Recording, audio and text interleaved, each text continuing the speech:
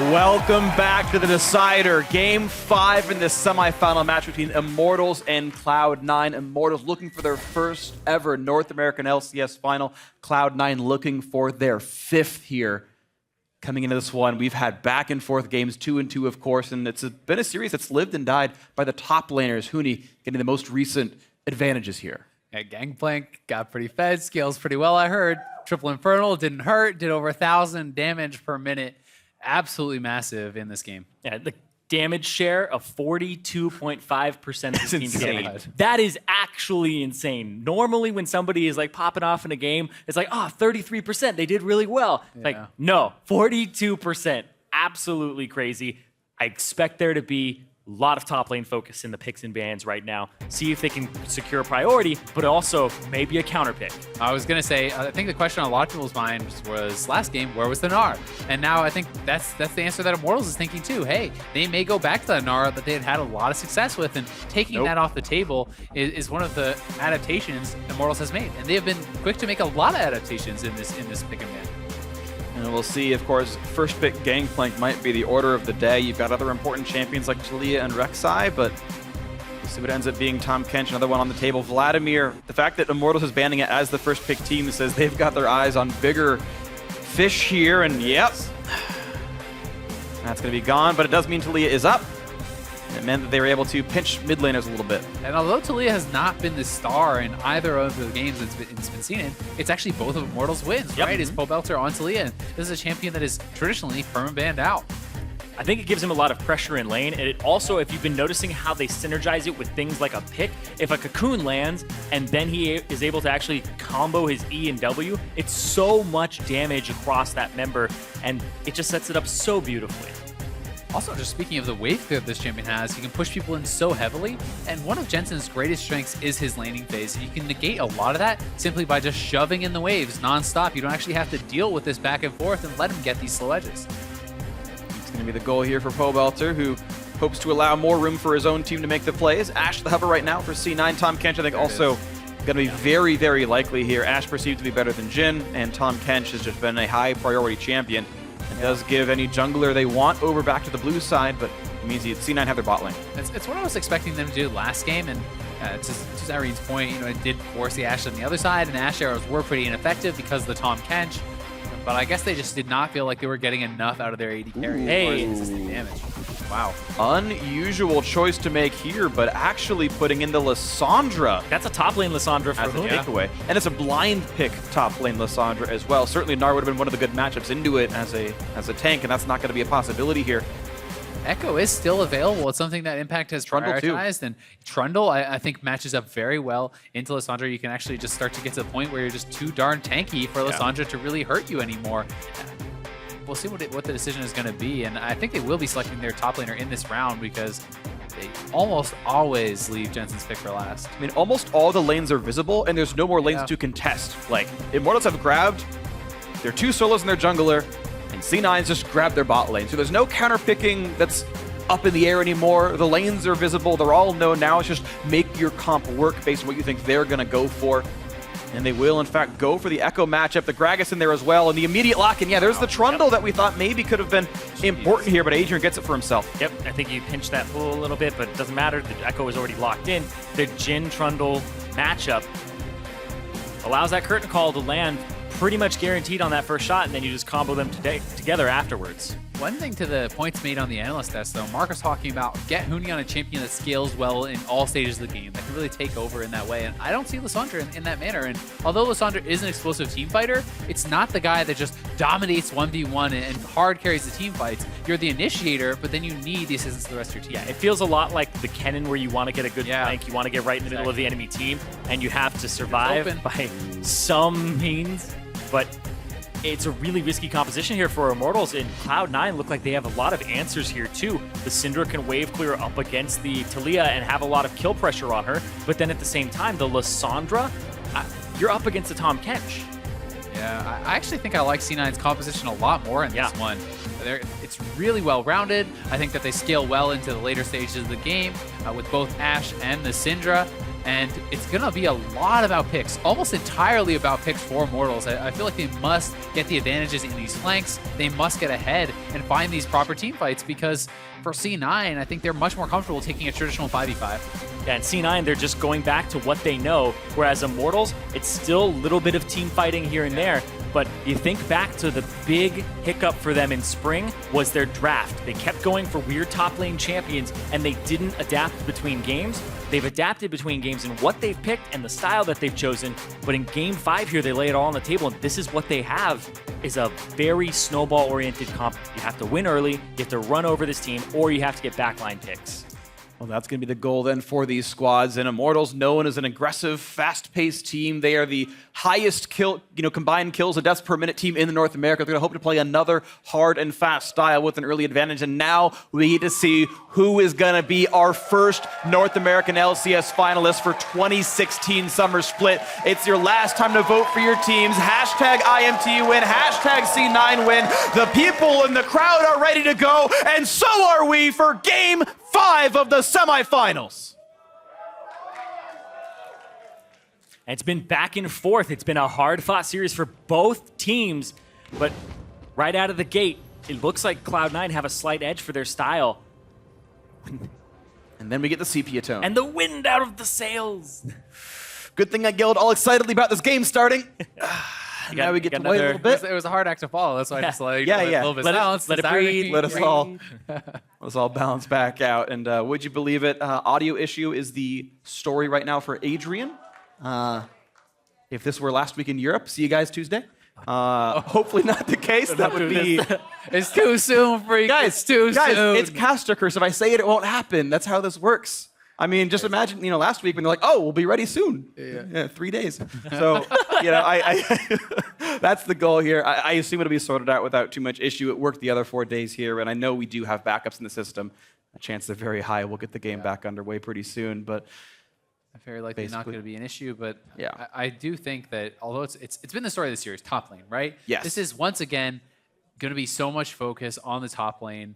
It's one of these matchups where, Lysandra, you're poking the guy out, you're queuing him, and you're being so annoying. But if your opponent gets ahead, if they start getting kills on you and they get tanky enough to the point where they actually don't care about harass anymore, they just run at you. They just chase you down. And Echo is someone that's very good at doing that. Yes, Lysandra has self-peel, but it gets really bad if you start falling behind. And the thing is, the build lines up so well for impact. His lane matchup, great. I'm against ability power. I love Spirit Visage. What a great item. That item's amazing. Great. Merc Treads sounds like another good Echo item for me, and that's going to be great against Huni. And then you look at Immortals' damage output, and it's like, well, tank jungle who builds Thunder Hulk. You've got Pobelter on a mage in the mid lane, and Wild Turtle, not the best frontline killer in a Jhin. That damage output is just not the same. You could just deal with it just with a health pool.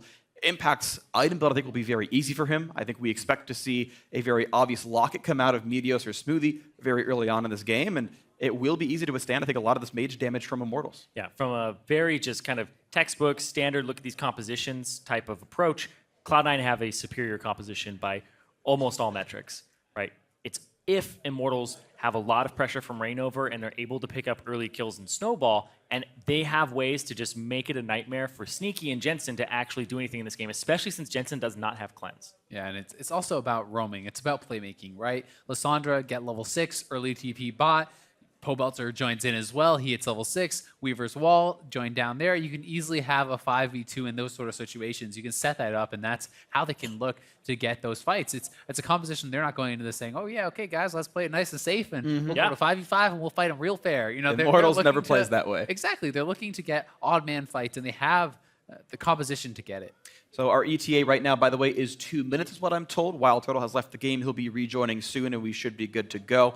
As he gets himself set up, and they'll type R in all chat, and he'll be ready to go. That should be fine, but it's about how scrappy they can be, right? It's about Immortals coming in and saying, yeah, that's nice you theoretically outscale, and your 5v5 is theoretically really good, but it's not about the theoretical battle lines here. It's about how you play the game, and traditionally Immortals have been such a good team at playing proactively, of being scrappy, of getting these individual situations to happen, to get into the backline, to pick these people off, and if they can outplay Smoothie and get the pickoffs, then good for them. If they can separate the rest of the team and get the tanks away from the backliners, those things are going to fall. And they have the tools to do that, right? If you have to play frontline, You can have Trundle ult someone, remove the stats, make him easier to kill. You've got the Jhin ulti for the pickoff. You've got Lissandra flank for the pickoff. You've got Weaver's Wall from Talia to separate the teams and make sure these situations can happen. And that's going to be on them to do this, to make sure these situations do happen. As you can see, Turtle still conversing with the referee, saying, here's what I'm hearing, this is what's in the headphones. Unfortunately, 2 minutes maybe going to be a slight underestimation here, but I think we're not too far away from this. In this game, it's got to be a bit nerve-wracking for the players. Sure. You get right in, you're ready to go, and then you're going to be kind of stressing about it sometimes a little bit. It's game 5, so much on the line. We heard Turtle talking about how important it is to go and play in his hometown, play in Canada, play at the Air Canada Center is massive for any Canadian. I think that's something that I can really relate to. And, you know, for C9, these guys, it's been a while since they've really been kind of top of the pile, and they're looking to make their mark on it. And guys like Jensen, this new era of Cloud9 players, it was all about high and the championships that they had led him to. And Jensen wants to make his mark on this dynasty. And he has yet to do so, has not been in the finals yet for the North American LCS. And they've kind of rebuilt the squad. There's only 2 members from the original Cloud9 on this team. And there was a lot of criticism at first, like, okay, you're breaking up this squad that, you know, went to Worlds last split or last year. And, you know, they actually won like all of their games in the first half. You know, and then there's 0-9 afterwards, but still. Tiebreaker, never forget. Yeah, can't be Cloud 0-9. Gotta go 10. Yep. That was the great joke that I remember Crepo brought out. He's like, you know, and North America's 0-8 so far, but will we see 9? And yep, they delivered and then went one beyond. We saw 10. We saw 10 losses from North America in the last week. And this is also kind of the story as well. If we look farther forward, you know, can Cloud9 make yet another trip to the World Championship? They went in 2013, they went in 2014, they went in 2015. They're hoping to go in 2016. And even if they lose here, they've got the chance, though it's of course very hard. Hoping to continue to be a top team and, you know, continue to look very good as a North American squad and get revenge for North America doing so poorly at Worlds last year. We've had a split now where everyone's so excited for TSM and this Immortals squad on the stage right now as these incredibly good-looking teams. C9 also playing now up to this level means there's even more to be excited for as a North American fan as you figure out which 3 teams are even going to Worlds. Yeah, and Immortals want to be one of those teams because you think about the organization coming in, Immortals were created for the sole reason to be champions of North America and to make it to Worlds. They came in, dominated, had the most dominating split we had ever seen from a team in spring. 17-1, still hold the record for highest game win percentage in a split for North America, but then they failed in the playoffs. Yeah. They are one game away from that happening again. Yeah, and we'll see if it's going to be a long road or a short one for them. Sadly for us, we do have a few more minutes of this delay, so we're going to be still pausing on stage. But while we get that sorted out, let's hand it off to Dash and the analysts. Thank you very much, Freak. Yes, unfortunately, we do have a slight technical issue. Sounds like some audio issues for Wild Turtle. So while we get that sorted out, because we want a good Game 5, we get an opportunity to talk a little bit about it. So we were asking, what are the adjustments these teams are going to make going into Game 5? Luckily for us, we've at least seen Champion Select, so we can dive right into that. Things that jump out, of course, is that Talia first pick yet again for Pobelter. So putting a lot of priority onto that. The Ashe Tahm Kench, though, pick up for C9 means that there won't be any way to easily, remove someone from that Ashe arrow. Yeah, I think in general, I just like C9's draft as a whole. I think it's very good because the big thing is Syndra. I was talking with Golden Glue actually about Syndra a little bit when he was backstage before this all started, and I thought it was a really strong pick. And I was like asking why we didn't see it more. And his thing was that there's a lot of global threats like a GP ult, an Ashe arrow, all these things that scare in a mobile mid like Syndra throughout the whole game. Right. You don't want to have to take cleanse and all this stuff, but when you have the Ashe on your side and the Tahm Kench on your side who can pull you out of these kind of situations, it's just opens up the pick a whole lot. We've seen what Jensen can do with the pick. And what I'm looking here for Immortals' side is the fact that while their composition is probably weaker in a 5v5 death ball scenario, which is what Cloud9 wants it to get to, in the laning phase, they are significantly stronger because they have so much room to make plays. You have Lissandra who can just shove the lane early and roam towards mid lane. You put pressure on that immobile Lissandra. And then with a comp like this into the early show of Ashe Tahm Kench, it's so easy to just put all your effort into the bot lane. You go with a little wall behind them and immediately you have Lissandra TP and you have such an opportunity to just shut down an immobile bot lane. So while Tahm Kench may be able to save Ashe, you really can't escape a 5-man to the bot lane, which is I think what they're trying to go for, just avoiding the pressure from Huni and just making sure that they can impact mid and bottom and win that way. I do think the thing that is a little weird is the actual like order of the draft. We were talking about going Lissandra on that second rotation as Immortals when you haven't seen the other team's top. You can maybe hold it. It is a little weird, but we were saying that maybe they don't want to give C9 the Lissandra again, given that they played it into the Taliyah. Right, it's strange. I mean, the only justification I can come up is exactly that. Right. That they wanted to take it away from Jensen before he had the opportunity to pick it into Taliyah as he had in the prior game. That being said, the Lissandra pick didn't necessarily end up being all that successful. I mean, he did have some good plays on it, but it wasn't like, oh my goodness, Taliyah hard counter in Lissandra. So it still feels a little odd that they would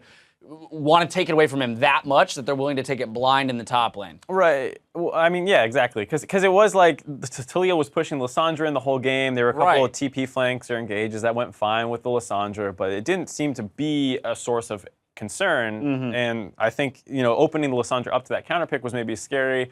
We have seen a little bit of Aurelia from Impact, and that's a matchup that a lot of people like. Right. Well, I mean, I haven't found that in this series counter picks have been really that big of a deal. In fact, it's mostly about the actual team play. I mean, even when we see lanes fall behind horrendously, for the most part, they find ways to come back into the game. Right. So just being able to show your lanes and say, maybe we just want this pick right now, guarantee that we have it, take no risk whatsoever, is usually a good way in the best of 5, because by the time it gets to this point, and what you wrote down as your plan is pretty much thrown out the window. It's all about what do you want to play? And they say, oh, I want Lissandra. Yeah. Okay, give me Lissandra right now. I don't care. And usually that's the way that these games get I think the other really big thing to note here, and we haven't touched on yet, is the fact that Impact is back on Echo. So his probably poorest performing champion so far in this series is the one that he's returning to in Game 5 in order to try and make it to the finals. So the big question here is, will he step up and have the kind of performances that he was having on the GP and the NAR here in Game 5 on Echo?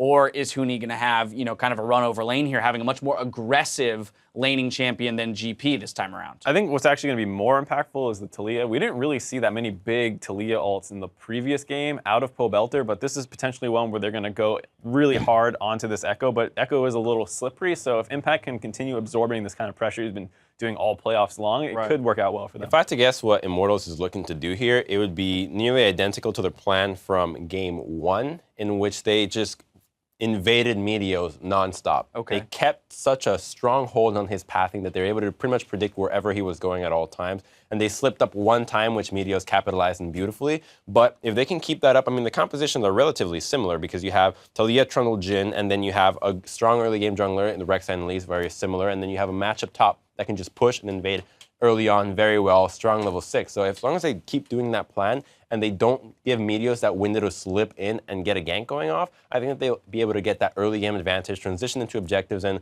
hopefully close out a game with an early game composition that will get outscaled. That's a very good point. I have a hard time imagining a situation where Jensen ever has priority in the mid lane in a Syndra versus Taliyah matchup. So that means that Pobelter is going to very easily assist Reignover anytime he wants to walk into Meteos' jungle. I mean, I'm not 100% certain on that matchup, but I will say generally if Syndra ever gets ahead, it's kind of devastating in that sense. So I feel like if Meteos can make an early play around the mid lane, you can really sidetrack the plan that Immortals is going for, because once the Syndra, like let's say you pick up a kill, you push in a wave and you come back and you're ahead of the Taliyah like that, you get the 6 early, I think you can really kind of control this whole game around the mid lane. I just don't see him being able to get in that early. If Pobelter does the exact same thing where he just pushes the first wave, goes to Raptor, sees where Gragas is at, then Reignover goes invade, sees where he's at, and they can keep an eye on him. As long as they can keep that vision and roaming, the only window that was realistic for Meteos in the first game was that 7-minute gank. If they're not, he went over the wall. Yeah, he went over a wall, which was he was playing Rexus, so it's a little bit harder or easier to pull that off as opposed to the Gragas that you have to usually wait for that slam cooldown. So I think that if they can do that properly, they should be fine. Because while the matchup we're not too certain how it would go, that's obviously other like Golden Glue and Alex's forte, if you will, then I think this will be better. Now, before we push ahead and continue talking, just a quick update. We are swapping computers for Wild Turtle, so it'll be a few more minutes doing an entire PC swap for them to make sure that everything runs smoothly. So we have a few more minutes to discuss. We've talked about the laning prowess here of Immortals with the composition that they've built, and coupled with their style and the way they've played most of these early games, being very much on the offensive. For Cloud9, it's another case of can we weather the storm, right? Can we get Ashe to a 3, 4, 5 items position? Can we get Echo to a place where he can safely split push against the likes of a Lissandra in that 2, 3, 4 item kind of position? I think it's a bit of a stretch for C9. I know I initially said that I favored them. It's so close though. They have like a much better standard comp in the sense where they have like basically triple tank who are also able to initiate plays and really do a decent amount of damage. But the thing you're so scared of is Immortals being that brawly snowball team. I was going to say, I think maybe it's an important distinction to make that if we consider all things equal in a 5v5 setting, right? Everyone's got 3 items. You probably give it to Cloud9's composition, right? All things equal. The point, though, of the Immortals composition is to make sure that things are never equal, right? We're going to get ahead early, and we need to stay ahead so that this, beautifully crafted 5v5 team fight is never going to actually get to its most powerful state. Well, I think they gave themselves the best tools to actually dispose of the mid lane and the bottom lane because realistically, what summoners do you take as Syndra here? If you take Cleanse, you're going to lose the mid lane. It's useless against the Rex and Taliyah. If you take Ghost, it's really not going to be that useful towards the ganks from Lissandra. So you most likely have to stick with maybe a Cleanse or play the laning phase extremely safe, which gives such a room for Pobelter. And in the matchup of Huni, I expect him to take a similar approach to how he played the Kennen lane, which even though he lost, he could take that advantage and use that to roam. And as long as Lissandra is constantly roaming mid lane, it puts so much pressure onto Jensen that he can't really push at all, and it makes the roam towards bot lane just so much more efficient. If they do manage to get out of laning phase, though, we need to keep an eye on Smoothie because having that Tom Kenster to save them from all this threat and this dive and the pickoffs from Jhin, Lissandra, Taliyah. It's a game where you QSS Tom Kench. I think it is. It may be. Maybe. Yeah, absolutely. I could see that. In terms of summoner spell choice for the Syndra, he went with the Ghost. So Flash Ghost is the pickup there, looking for just more mobility, maybe prepping and planning for all of the visits that will be made to the mid lane, knowing that, okay, at least I got to have 2 defensive summoners to be ready for all of that.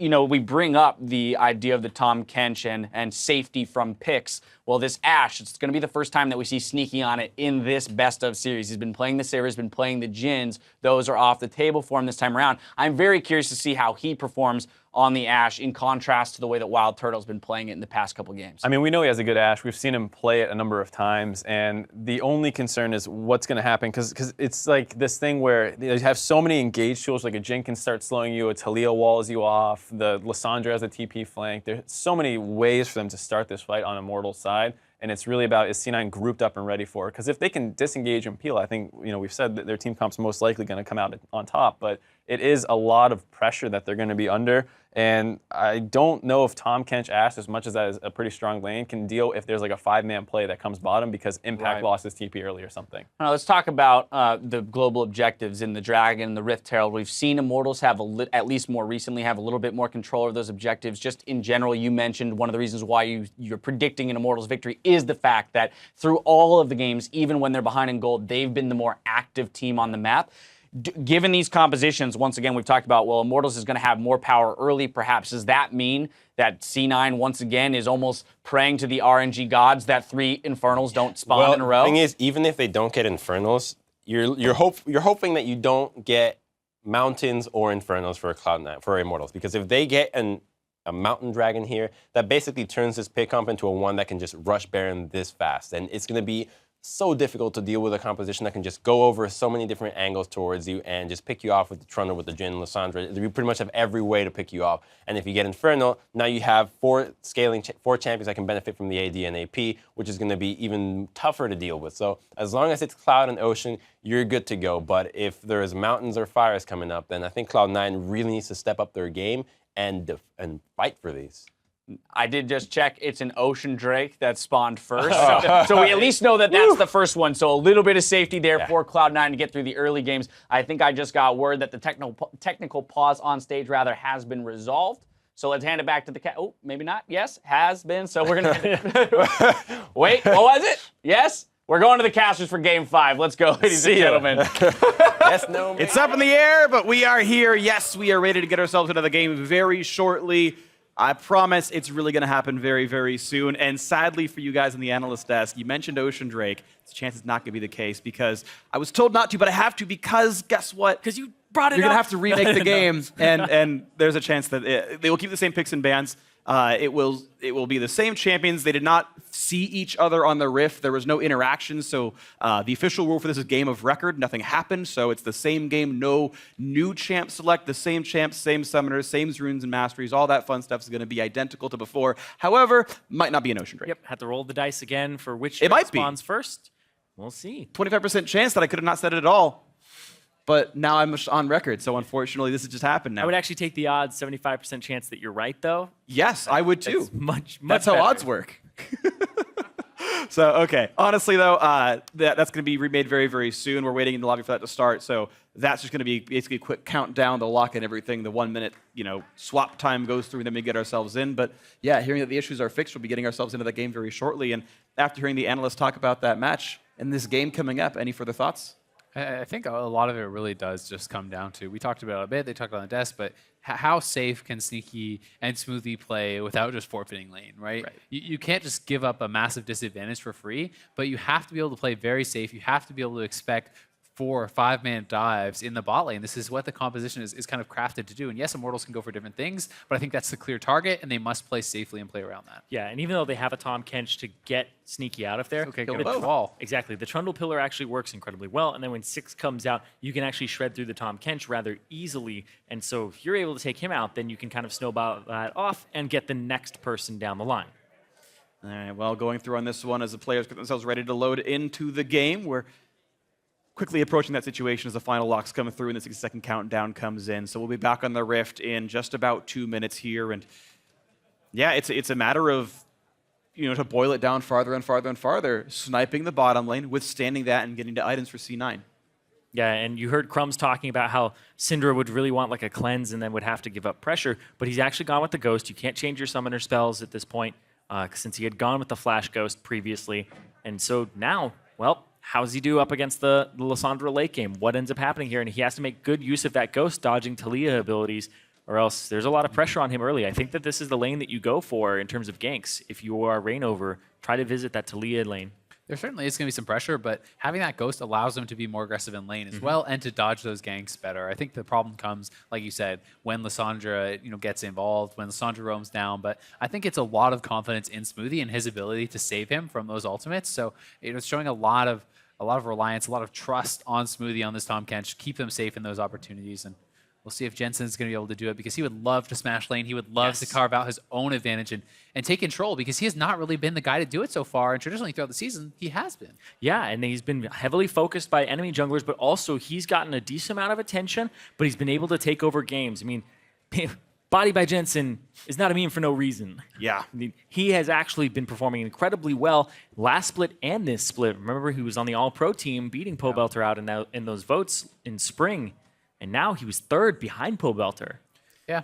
That said, I think Jensen does have probably the strongest laning phase in the league right now. And we'll see if they can do it, because we are now back on the Rift and ready to go for real this time.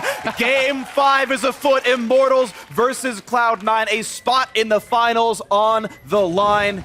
And you didn't have to say anything, Freak. It's an Ocean Drake. Ocean! I was ready for it. I looked down.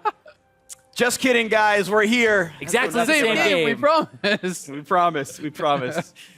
Now production's just mad at you. That's all you gained. Anyway. I know they're actually moving up as a squad here. We'll see if they can actually...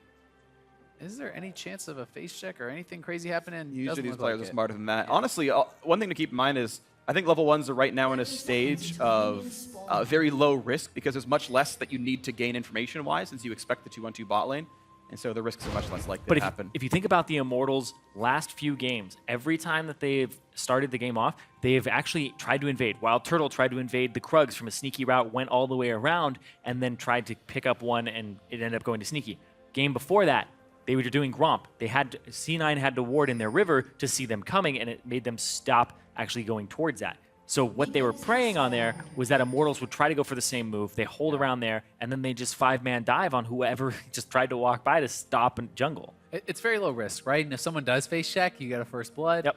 That can be massive for the team, or even a summoner. But not going to happen this time around, as both bot lanes looking to start on a camp, and things looking pretty normal. And you see the small choices made. Sneaky walks for the top side to help get vision up there. See what happens. Woo! Spits it nice and far. And this is actually a good thing, because now, of course, C9 can kill Krug or Gromp from farther down. get to their lane a little bit sooner. It like saves 2 seconds basically, and they can move on. Yeah, Immortals playing it right as well. Wild Turtle makes sure he last hits with his 4th shot. Not having to reload another time is a very big deal. So very properly played early situations. Here's level 2 for both AD carries. Mastery's looking very normal across the board. Only thing is, Impact just with the fervor, trying to push him out a little bit more. And I think It became Fervor's kind of standard for Echo. Yeah. I think it's a little bit risky against ranged opponents because you're less likely to get to whack them several times. I think it makes more sense melee versus melee, but it's for the style he's going for. In a team fight, DPS will be higher, of course.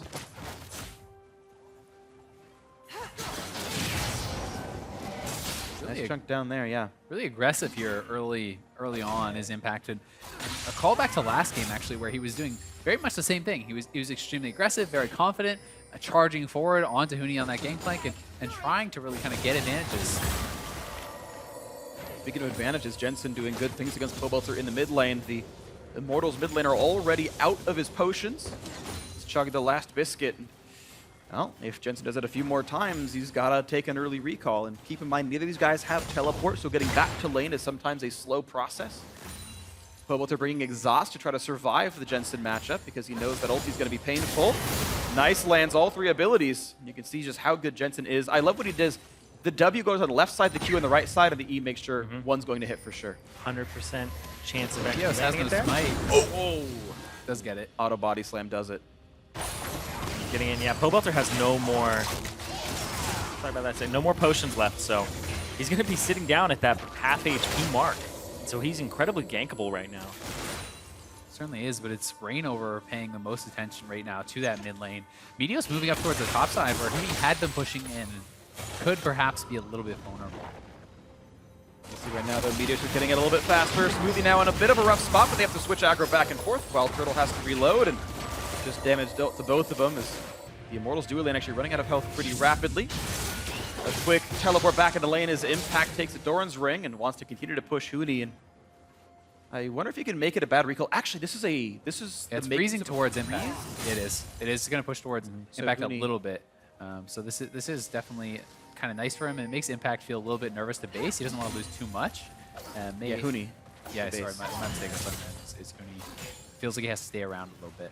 But it's with low mana, so if he has to keep queuing for last hits, it means he can't use his E to escape. Oh, Meteos spots Reignover, some damage back and forth, and that's a smite. But Pobelter, He's so far up here, he's got to be careful. Here, lands a lot of the rocks, the jump around, one more hit will do it, and oh no, Meteos giving away first blood and a catastrophic mistake in Game 5. Game 5, my God. invading onto Reignover, full vision there. Jensen did not have priority. He even blows his ghost to try and get there faster, but it was just way too far down and way too aggressive from Meteos. And it was a winning lane for Jensen. Jensen was doing great, and now it's first blood given over to Pobelter. Just a disaster there from Meteos. Body slams in, and had he just walked in, he would have had the body slam to get out. But he even used the body slam to go forward into it, and had no escape tools. Misjudgment there. You can watch this fight again. And in full vision, wants to steal.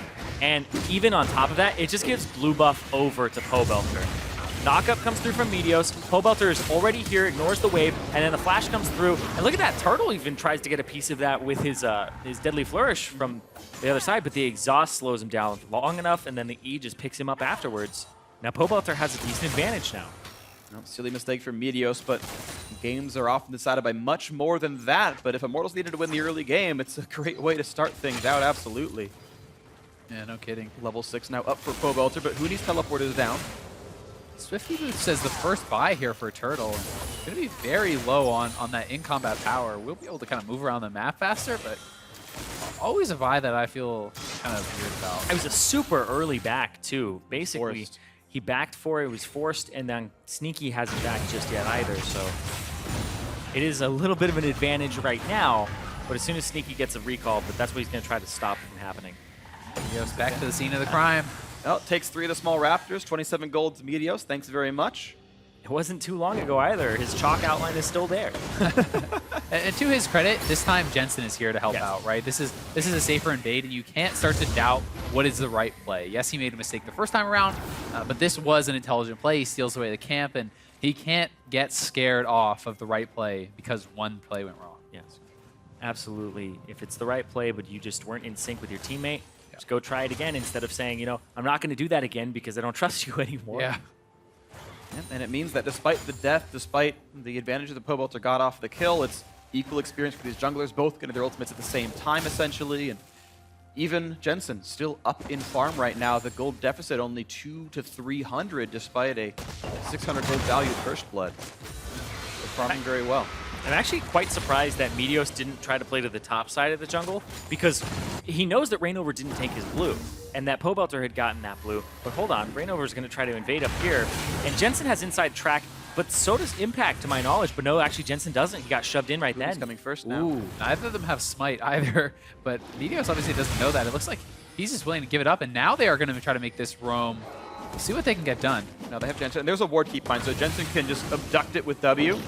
And at the very worst, make it reset. To the lane! Going to. Whee! Oh, the damage? Nice. Well done. Plays the patience mechanics properly. Nicely played right there. That's cute. Very, very well played. Oh, this is actually a little bit awkward for Impact here. He's pretty far up. He's going to get ulted.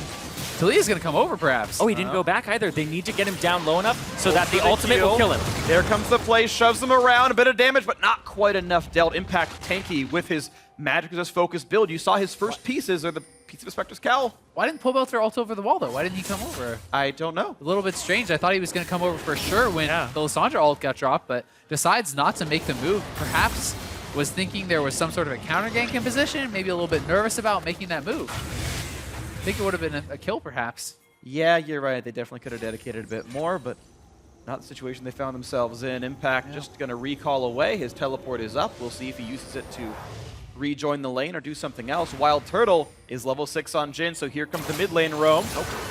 Jensen, 1 hit, 2 hit, 3 is a flash, and 4 is a dodge. That is worth it. Getting both summoner spells out of the Syndra. Like, now he has to watch out for those W's and the flash knockup from Reignover. Yeah, exactly. Notice how Immortals thought they could get the summoner, so they don't commit any of their own. They can come right back to this with a flash on Burrow from Reignover, and if he lands that, the seismic shove on Talia. Here's the answer. Play. Ooh. Bobo Very able to close. walk backwards just in time. And I don't believe that... yeah, there was a ward in the river that they saw saw the arrow come down, so he's like, I gotta run backwards.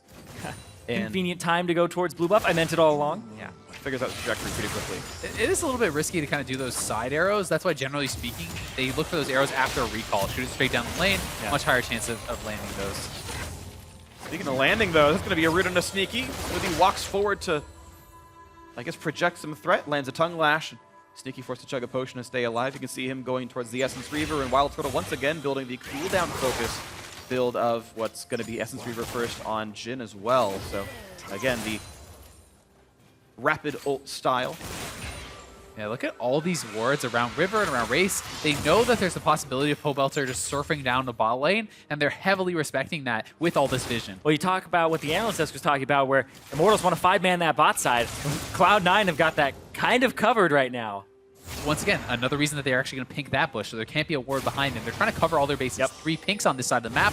Heavy vision around here as well. They know what Immortals wants to go for, and they're trying to play to that, which is, I think, very, very intelligent stuff here. And you know, Jensen with his summoners down, that's another point of weakness right now for Cloud9, and he must play around it as well. Reignover, a level up and a better duelist, gets to take ward control. 2 pinks killed by him. None answered yet by C9 as Meteos kind of hides away and takes jungle camps out. So, a vision deficit here. Impact once again looking for the duel, but can't get the third auto attack in. And at this stage, Huni is able to kind of zone him out and take advantageous trades. That third auto is actually really important for Impact. Yeah, Huni's doing a really good job of getting the perfect frame on his W, so he actually roots Impact after the E, and he doesn't allow him to get a third. You can see what those trades look like when Impact does get the hit off. Yeah, I was actually wondering if he was going to ult back for it there Yeah. as the ghosted trail onto Huni, but decides not to make the commitment. And probably the right choice, as he hasn't really built up any damage. You know, he is just sitting on hard treads. And you can see how vigilant they are there to take out all the wards from Cloud9's side. The sweeper comes down in a side bush and immediately onto Huni. Ults back in because he can do that much more frequently now. Huni chases it in, dodges away from the shield. Impact gets it. Here comes Reignover and Pobelter. They're And trying to kill him. Like the ulti's down, they go right away for this one. There's the target, there's the focus. That's going to be the kill picked up, and Huni going to walk away with his life. 2-0 Immortals. And that's the punish right there immediately from Immortals. He ults back to lane to save the TP. They execute the dive. And Jensen was backing at that time. He goes back, Pobelter uses that window to get a good roam off, and he's not even gonna back just yet either. He's gonna go clear out the mid wave again, and he picks up that kill. So he's kind of rolling in cash right now.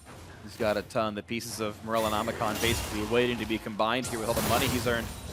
Plays the wave clear game back and forth. Jensen doing it first, and this time around, Pobelter will have a reasonably good timing. Even gets the last one, and yeah, there's the recall to cash in.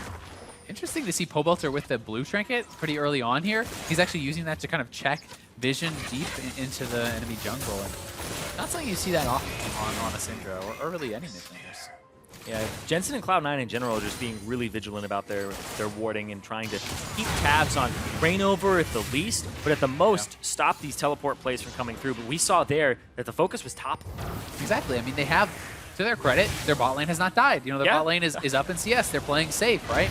But Immortals has found plays elsewhere. You know, a great play top lane and then a mistake from Meteos has been the advantage right now for Immortals. But the game is still close, and we have given the edge as far as standard team fight type games to Cloud9. And the question then becomes, have they kept it close enough? Is it a big enough advantage for Immortals to really succeed with their comp? Looking for a play now onto Adrian. One more auto attack, but the barrel, not the barrel, sorry, I keep saying that, but I mean the pillar, the traffic cone into the flash gets him away. Once again, the trade of damage. Impact this time around does get the second half of Time Winder and the second auto attack. Ult's back in for damage. A fair bit onto Huni. Ooh, it's a flash forced away. I think he needed to do that. Here comes Rainover, though. Huni doesn't have ultimate just yet. Impact does have flash, gets the stun on the shield, and just walks away cleanly. Nicely played on the escape. And this should mean Cloud9 can go for the dragon, as you know they have seen the jungler top lane. He used to use his ult. Huni is chunked out. They decide not to make the move, but they're threatening it's going to be a little bit of a counter jungle here. Red buff and the chance at a turret, honestly. Even Jensen's down here to really say, don't you dare fight for this minion wave. And the question is, can they really knock the rest of this turret down? Huni does have his TP available. They have to be cognizant of that. Too. And yeah, Huni has his ultimate to go along with that teleport. And looks like Immortals is all coming. They're going to make the TP play. Call. A nice pillar, damage on a smoothie, but he's honestly one of the best targets C9 could hope for. Bray healths it up, and now the smite. Bit of damage. Another root comes through, but he's alive, and now they land a stun on a Rainover. But they've got to respect the fact that the rock bed was down and Pobelter could force him away.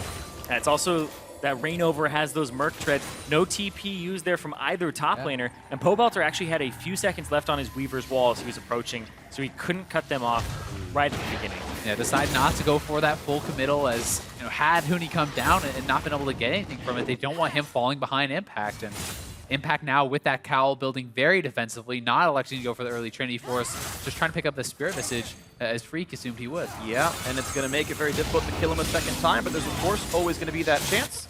Impact just clearing waves away. Here comes the wall. Oh, but here's the cutoff. He dropped it off. Well, yeah, Football didn't want to be alone under the turret like that. Wild Turtle getting a bit of damage, running out of HP a little bit. The flash by Smoothie exhausted a sneaky means not too much. And it's really not that much gained all said and done. The damage just wasn't there for Immortals. Not much gained at all. Nothing really. Honestly, the edge goes to C9 as they're pushing in mid lane, and no flash on Huni. Huni could be in trouble here. Impact, ooh, a good route to get him away. Huni going to survive this encounter so far. Cooldowns are almost back up, though, for Impact. He down, jumps away. Impact jumps for that. Huni going to self-ult.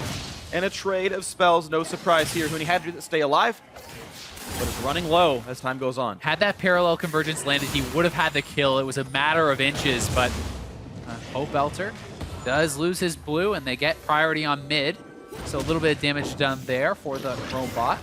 And we look at the kills, 2 in favor of Immortals, the first blood as well, but the goal is so close to being even right now, and that's off of Sneaky just doing so well in this laning phase, and this turret is almost gone. Yeah, if he gets that first blood, especially if they give it to him solo, that would be huge. Pobelter is moving, looking to try to punish this, and here comes the TP. Award's going to be the teleport, so Smoothie says, let's get out of here. Oh, it doesn't come out in time. It doesn't come out in time. The kill comes through, and now Sneaky going to try to juke away, dodges every single skill shot, and survives this one. But here comes the teleport onto Turtle. Impact on the flank. But this is a 4v5. Cloud9, what exactly are you fighting for? Impact teleports just to run away. And Impact, another ineffective TP there, way away from the team, and Meteos forced to use the ultimate. They want to try to clear this out. Syndra returning to mid lane here. Jensen calling off that roam, wants to try to pressure it. It was a nice thought from Smoothie. Had that all got off, it would have been so good, but they were just a little bit too slow on it. Yeah, it looked like it was going to, honestly. Yeah. And the fact that Impact and Huni had been brawling so much in the top lane beforehand actually saved Sneaky because there was no ultimate for Huni. He had used the tomb previously to save himself. And this right here, it's literally, you're talking about game of inches, game of milliseconds here. He's gone, he's in the ground, and poof, right back up. Yeah, pops right back up, and you almost wonder, should Smoothie have just ditched Sneaky and Sneaky takes the local gold on that first blood turret? You know, is that really worth it? Because if they're TPing in already, and you die using no summoners as Sneaky, you get that turret, and Smoothie gets out, that may have been a better option. Really tight timing, though. It's hard to really say the best it's hard to option. make the call, right? It's this game of inches, and that's what's so interesting about League of Legends is these little tiny calls, differences in how people play. Yeah, and right now, you can see Meteos coming towards the bottom side. They want that first turret gold, but Huni is now roaming down, trying to flank Jensen, but Jensen is roaming as well. Everybody is coming down to the bottom side. But Impact can't join. I guess Huni walking back up. Yeah, window was can't closed. either. It's a 4v4 at most, really. Both top laners will mirror themselves. A matchup that Impact has been slightly winning, even despite the fact that he got ganked. He's looking pretty good on this. And then you got to clear this away. And the funny thing as well is look at the gold. It's only a 600 difference, despite the fact that there are 3 kills for Immortals. The farm just ever so slightly helping to keep C9 close in this one. But Immortals are the team with the lead so far in this fifth and final game. Look at all this pressure around the bot side, and to Zareed's point, Immortals is trying to stop them from getting this first blood turret because they know that C9 really wants it. It's a couple more hits. If they can get one wave to the turret, they can go for it. And both teams will have to play back and forth to this. Sneaky does have his arrow available as well, so next fight could be pretty explosive. Pole Belter. The damage. Pole Belter going to survive it, though. And now the Tom Kenchel didn't bring in reinforcements. It's him and Meteos. They're on top of Pole Belter. One more hit will do it. And yes, the shutdown comes through. Explosive cast to seal the deal. Finally, Cloud9 finding an aggressive play of their own. And it's a shutdown, too. Pole Belter has all of the kills for Immortals. It's who they needed to pick up there. And Jensen, if he can hit some breakpoints and keep doing that, it opens up the game. And Immortals is going to defend mid, but Sneaky's alone in the bot lane. He can go for that first turret. That's very big for them. And he should have time to get there. But Jin's opening up. Exactly, and here comes the Sonder from the left side. If they don't make it out of this, Pillar. It's going to be a flash for Jensen. Here comes the dive in. Low health, and that's going to be Syndra going down. Reignover gets the kill credit into this one. It'll be a trade, though, and Cloud9 actually going to take that first turret. 650 golds to specifically their AD carry as Impact splits the top. And Impact is working on top lane, so it's Immortals getting the kills, but it's C9 focusing on the objectives and really starting to open up a little bit of a gold lead here. Yeah, and you can see just because Immortals were up before, now they have to get this turret to try and equalize, and Meteos is going to help wave clear. There we go, takes it out. 1,000 gold difference now. 1,200, roughly the exact amount that a first turret is worth right there. Everything else playing equal.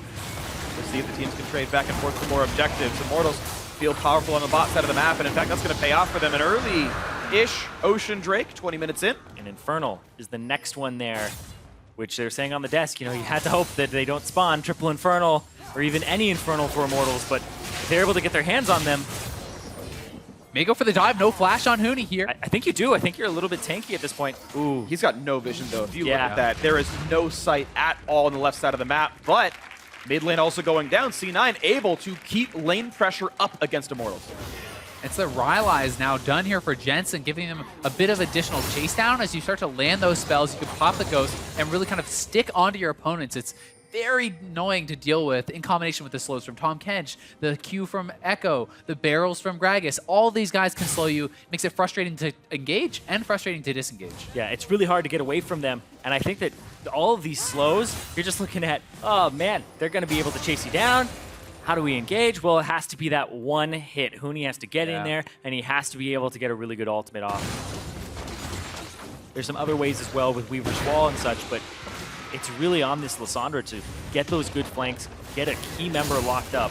And right now, speaking of who they might want to lock up, Impact starting to get some damage for himself. Stops Spectre's Cow, so that's enough tankiness for me. That plus the Merc Treads is cool. Triforce going to come in before too long. He's only about 400 gold away from getting that item in his inventory. And that'll be a nice power spike for Impact, and I guess thankfully for C9, there's no objectives, neutral ones at least, to fight for a while. That'll give them time to get these items through. Hurricane now complete there for Sneaky, sitting on that 2-item power spike, and have a fair bit of CDR with this, and allows you to be much more liberal with those arrows along with the level 11. 63-second cooldown on Enchanted Crystal Arrow at level 11 here. Impact going to defend himself under the turret, but careful because they're a lot of down. Immortals Here are comes here. C9. They're roaming down. TK ult is available. Huni has his teleport, and he's trying to get some work done on the top side. So if they actually just pull away and Immortals don't lose anybody on this bottom side of the map, then that's actually Huni getting a lot of work done on the top.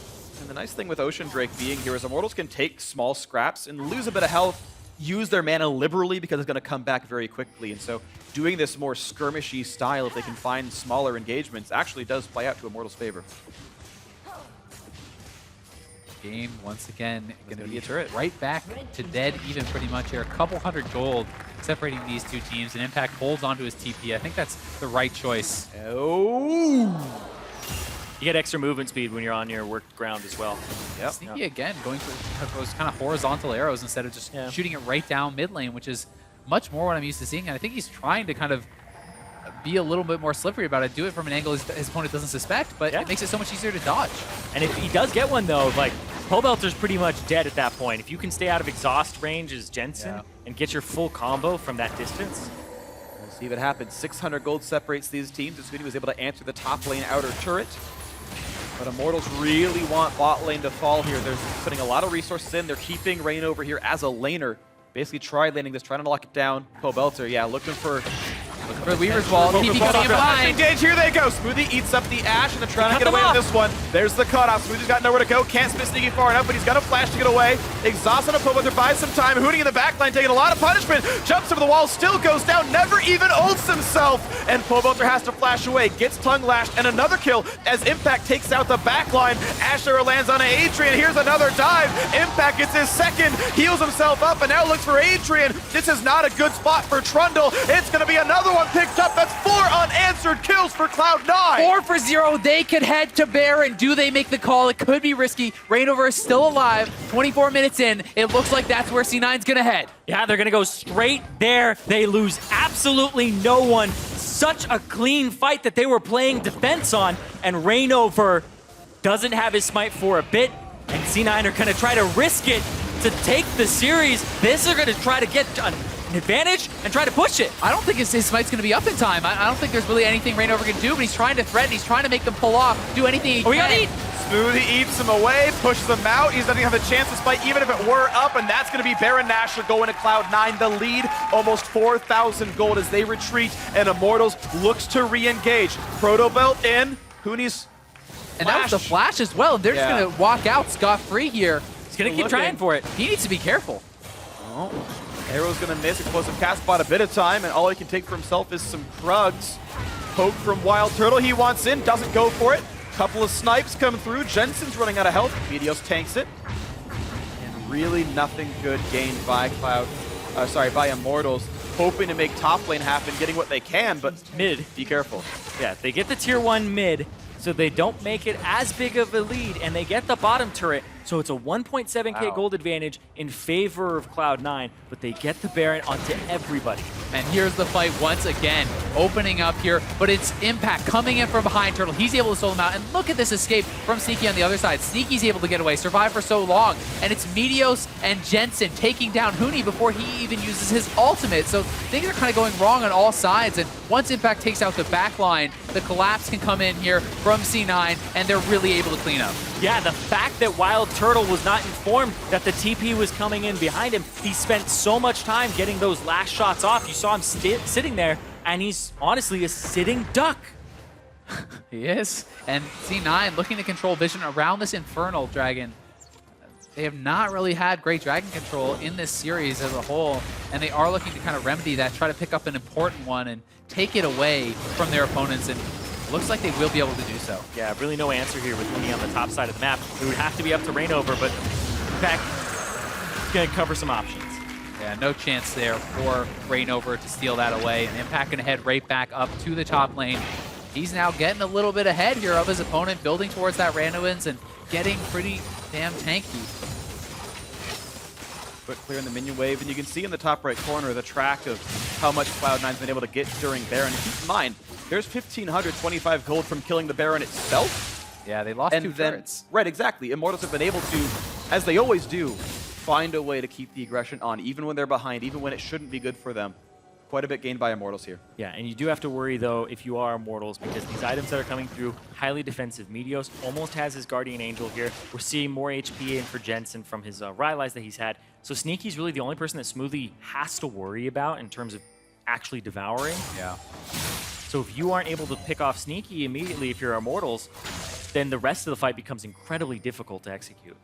That said, Summoner Spell's extremely important for Cloud9. You know, the only way over that Weaver's Wall really for Sneaky is his flash, or perhaps Smoothie flashing him over. So, you know, Smoothie can actually devour him and push him over the side of the wall.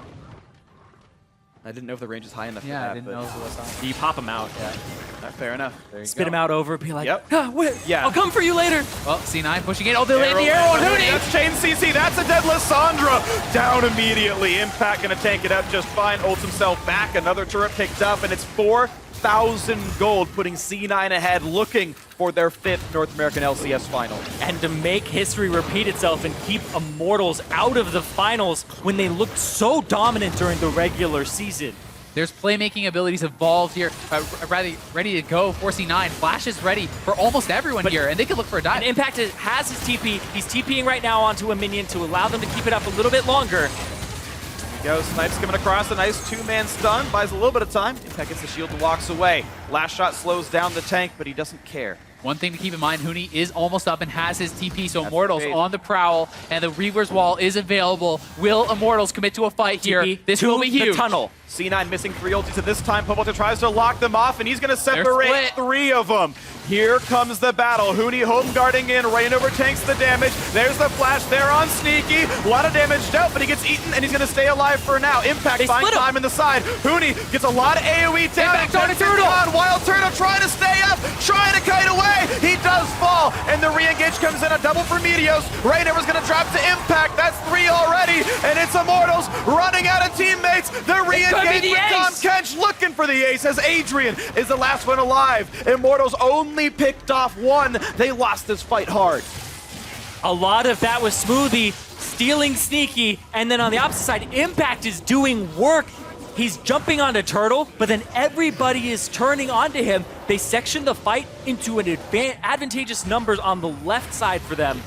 Yeah, and Pobelter with a great start to the fight. And watch, they actually push Sneaky away here to start this off before they ult him. So he actually gets Weaver's Walled away, and then it's a flash over immediately from Smoothie to save his AD carry. He was so fast with that. And then look at that, Impact is just drawing everybody off to the left side, and then goes after Wild Turtle, but that entire time, 3 people are running after Impact. He has so much movement speed, he eats the exhaust as well from Talia. So he's keeping Wild Turtle and Pobelter both busy, and the right side of the fight was just absolutely devastating. In the meantime, back to live. They're looking to set up an arrow here, sitting on a pink ward. They have mid lane warded. They're looking for a pick to potentially go for maybe a big play, and crack an inhibitor or something.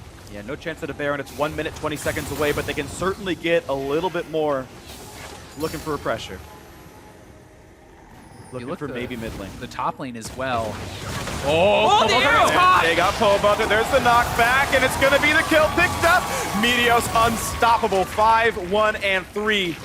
And as the wave reinforces in 20 seconds, they'll look for mid lane tier 2. Impact up 3 levels now in this 1v1. Huni cannot even touch him. Yeah. It was such a risky pick to pick the Lissandra as well. And he did it into the Echo blind. Call wants to clear the wave, and Meteos says, don't you dare kill my minions. I'll sacrifice myself for it and make sure that mid lane can be attacked. Huni under danger. Impact runs away on this one. They don't have their wave half. Reignover losing health. Smoothie impervious to damage. There's the ulti in, and they're not going to get Impact in time. Merc Tread saves them. And now Huni's it's so Huni. low. He's super dead on this one. Flashes away. The body block actually going to survive this one. Immortals don't lose too much. Pobelter finally respawns. And C9 off the arrow play, get mid lane tier 2. And honestly, that's the best of a bad situation for them. Baron is up in 10 seconds, and this one, Cloud9 are way stronger than before. 6,000 gold up. They're getting their backs in right now. And they have to do it quickly. I also really like that Sneaky is itemizing a little bit more defensively. He knows how much pressure there is on him to stay alive. He picks up the Hex Drinker, getting himself a little bit more safety. And experience is really becoming a problem if you look across the board. 2 levels up for Sneaky over Turtle. There's 2 levels up on Impact. We had the mid laner, Jensen was a level up. He's almost a full level, but experience can be really big at this point in the game. Especially when people are cresting their level 16 ultimates. Yeah. Huni not there yet, whereas Impact 17. Yeah, also has some really great base stats. And I like the Sneaky itemizing that Hex Drinker. I would actually not be surprised if he went for the full mob before he actually completed his IE, because all he needs to do is survive Lysandra and Pobelter, or Huni and Pobelter, because the only physical damage is Wild Turtle, and Impact is taking care of that. And they're moving right back towards the Baron. TP is available for Impact. It's not available for Huni, so they can buy some time by having Impact push us in, pressure the tier 2. If Huni comes to respond, they could look to cause a fight. And Huni is in the bot lane right now, so there's a time to be afraid. 26 seconds on the teleport cooldown. C9 have a very, very small window to make this opening work, and Huni walks up knowing that's the threat. Yeah, Huni is moving up there, showing that respect, and looks like Sneaky's just going to try to solo out the dragon. Exactly. Cover pink wards on the top side, make sure that you have control of the Baron. They will hold that while they do the Ocean Drake on the opposite side, and they are none the wiser on the side of Immortals. They don't have bot side vision. They don't know who is and isn't here for Cloud9. And if Sneaky does want that Maw, he's a couple gold away from the full completion, so could back up here and complete that, try to stay alive, and oh, that's actually pretty big. Getting control of the Scuttle for C9, Midos winning that little smite battle means that they can have more priority on this and more ability to turn and fight if Immortals comes to challenge. Impact just cleaning up the jungle on the way through. Look at the play, slow onto Adrian. That's the Trundle support running out of a bit of HP. Pobelter's damage doesn't do much here. But Chef misses, looking for more plays. Huni's teleport is up and he is split pushing, so it's now on C9 to make the aggressive play. They know the wards are gone, they're looking for the bait play. They can get an arrow. Oh, they're going to start it. Okay, they've got plenty of tanks. They've got 3 big frontliners. Sneaky gonna zone Rainover out for now. Huni is not joining. There's too much risk on C9. I think they're too afraid of this play. The pressure of Game 5 certainly weighing on them, and they're going to recall to defend. Exactly, and now Immortals are going to push these waves out. That tier 2 in the bottom side, a lot of damage coming in from Huni, has it below half HP, and mid control goes over to Immortals as well. This turret might actually just die. No one's going to be back in time. And also keep in mind, the ones that are recalling from C9 are not teleport users for the most part, so they're just off the map for a while. Immortals gets to inherit some map control, and they've pulled this game back to a 4,000 deficit. It would require a comeback. It would require some big plays from Immortals. C9 are in the driver's seat, but this is not over by any means. Certainly not, and Vision is cleared out from Immortals there by the Baron Pit too. So C9 has to kind of start this multi-step process of clearing out the Vision and getting control and then pushing out the lanes and then going back to the Baron. You don't just get to start it up right away. You have to do all these other things first. Yeah, got to do your due diligence or else you risk it getting stolen or a team fight not starting on terms. And He's stunned up a little. That was a Jensen stun with the QE. And also Sneaky did decide to go for that IE, so he's going for the more aggressive option. It'll make sure he can punch through the front line really quickly. Rainover and Adrian will be short work under Sneaky's bow. Especially Adrian with no armor built up here. He is pretty tanky because you can steal some of those stats with your ultimate, but definitely they're going to be making short work of him on this Ashe that's getting very, very strong. And they are to the stage where team fighting reigns supreme generally, and C9 has the setup advantage. They just need to play it very carefully. You can't give up a bad fight, but they're moving right onto Baron. They're going to start it up. Will Impact TP in? It down. 7,000 health Flanking on ward Baron. there for Impact. No teleport. There it comes in. 4.5 seconds away. They'll be joining, but Huni's going to be right in the front line. He has to cancel, which means C9 knows they've got a 5v4 here. They've got time. Huni is running as fast as he can, but he's only so quick on this Lysandra. Arrow going to be back up for Sneaky here. Can they find the re-engage? Adrian and Rainover in the front line. Weaver's Wall and C9 make the right play to get out before they were picked off and isolated. Huni going to be here now. It's part of the team. He's ready to go with this one. Well, Huni's actually shoving up mid, so there's pressure and they have priority here that they might get a turret. But look at this backside. Sneaky's a little bit separated from the team. They need to be together as a squad here. Meteos threatening the engage. Huni! A bit scattered. Huni gonna self-ult to not die, but the Ash Arrow, ooh, timed well enough to hit Adrian. Meteos isolated on the left-hand side, running away, rooted up. So far, so good for Immortals, running, but now it's turning bad. Jensen's on the dive, turns it back around, almost gets picked off. Meteos staying alive. Adrian low, Impact can't quite kill him. Heals a little bit up. C9 low on health, gets the stun on Pole Belter. The trade damage comes in, but it's not enough. It's C9 picking up everybody. 3 kills already. Only 2 left alive, and none of them have smite. This could be a C9 Baron. And C9 turned immediately onto that Baron. Beautiful play there. They turn it around. They engage onto Huni, who was too far forward. Yeah, and then Sneaky untouched there. Jhin ulti coming out. They need to be careful about this. Do not give that away. They're okay. They get a safe recall as well. No one taking enough damage to die, and they get to reset the map. Immortals just could not get to Sneaky. Meteos bought so much time delaying the backside while Huni is getting picked on. And look at this, Huni very far up. He gets caught out, and they're going to jump right onto him, forcing out that self ulti. He's in so much trouble right off the bat, and then the arrow just barely missed time. But Zoni is down, self-ult down. Look at Meteos, buying a lot of time on the other side. He's got while GA Sneaky too. is completely untouched. They cannot touch this Ashe, who's doing so much damage. Especially since you open up onto the Lissandra, who is your tool to get to that 80 carry in the first place. It gives you that initial chance to blow him up. But then Meteos shows no fear, comes in, ultis Pole Belter into the team, and that's what he needed to do. Put himself at risk to get rid of that damage dealer. It's also critical that Sneaky did not even have to blow a summoner in that fight. He's picked up his last Whisperer, going to be shedding through these tanks even faster. The pressure is building here for Immortals. C9 has the Baron buff. Impact in the bot lane, looking to push forward. Huni trying to creep in on the side, perhaps going for a flank. Cloud9 have all the tools they need to shut down Immortals in the semifinals yet again here. The 5th game, it came down to the final one. Either way, we're gonna have a team in the finals off of this game. It's 2-2 so far, the decider, but it is C9 who have almost decided it for themselves. 14-5 in kills. They've got everything they need to make this one end.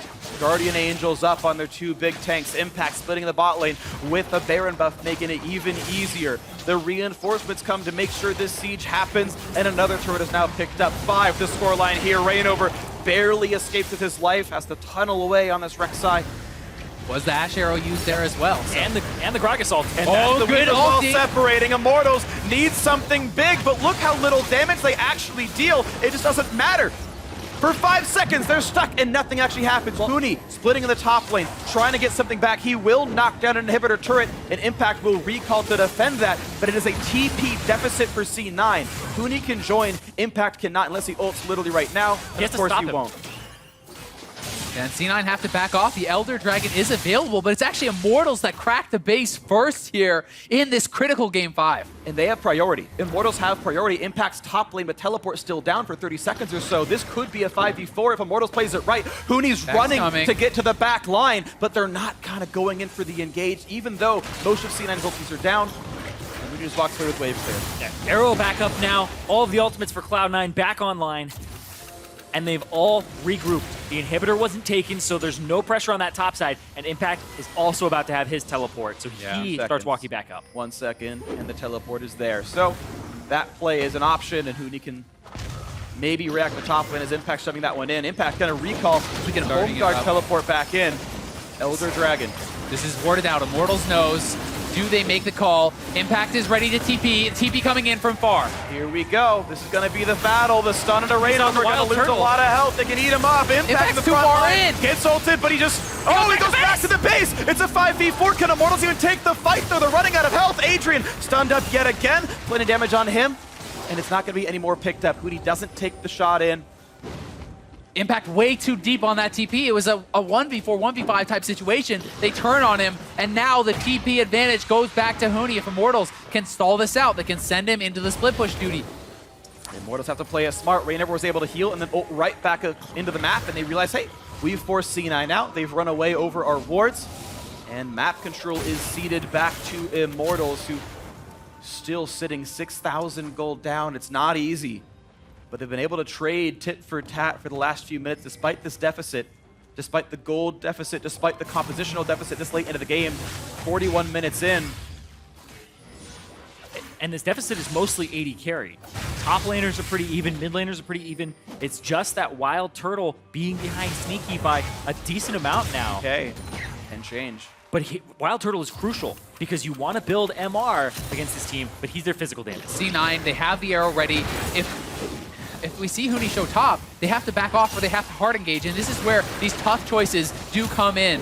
And Impact is grouped with the team. They see Huni top lane now. Do they back to respond or they commit to this? Looks like they're running backwards for They're going to now. Elder, perhaps. They're going to go and make an objective trade for a chance. Oh boy, if Impact backs to actually answer this against Huni, and they figure it out. Looks like they have no knowledge that that happened though. And look at this TP ward that's set up very nicely. Would be in there for a flank from Huni if they decide to go for this. They see C9 on the ward, and Huni may make this play. That ward is sitting above them. Over on the ridge, and Impact is going to walk top lane. He'll be seen by the minions in a few seconds. He can't afford to show top. He needs to come back to the team. And you can see, yeah, he dodges around through the fog of war to not make it known. Arrow hit Adrian. Adrian's fine. The support Trundle is not the primary target. He's got shields, he's got an ultimate. He's not going to be killed off easily. Let's see what else can happen here in this one. Once again, C9 posturing for Baron, but guess what?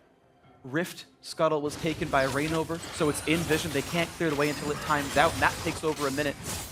Huni even gets this one over Baron, and sadly for them, it's not really going to time properly with Baron respawning, but at least lets them know if they're setting up wards for it.